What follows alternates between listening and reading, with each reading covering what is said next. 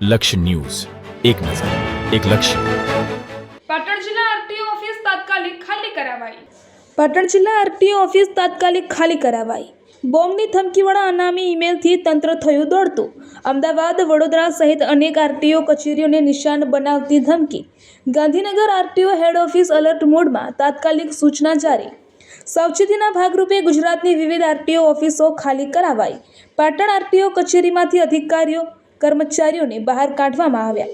કચેરી પરિસરમાં સુરક્ષા એજન્સીઓને પોલીસ તંત્ર સતર્ક બન્યું. સમગ્ર મામલે ચુસ્ત તપાસ અને દરેક એંગલથી તપાસ શરૂ. કોઈ અનિચ્છનીય ઘટના ન બને તે માટે કડક બંદોબસ્ત ગોઠવાયો. લોકોને અફવાઓથી દૂર રહી શાંતિ જાળવવાની તંત્રની અપીલ. રિપોર્ટર પંકજ સાધુ, પાટણ.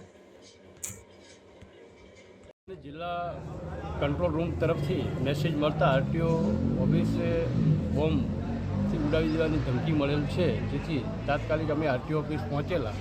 જ્યાં જઈ સર્ચ કરતાં પૂરી ઓફિસમાં ચેક કરતાં કોઈ એવી વાંધાજનક વસ્તુ કે વિસ્ફોટક વસ્તુ મળેલ નથી.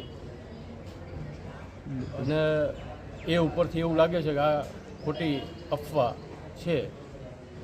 શું નામ આપનું? વાંધાજનક કોઈ ચીજ વસ્તુ કે વાંધાજનક કોઈ છે નહીં. શું નામ તમારું? હું PSI PK Desai, BDDS, Patan.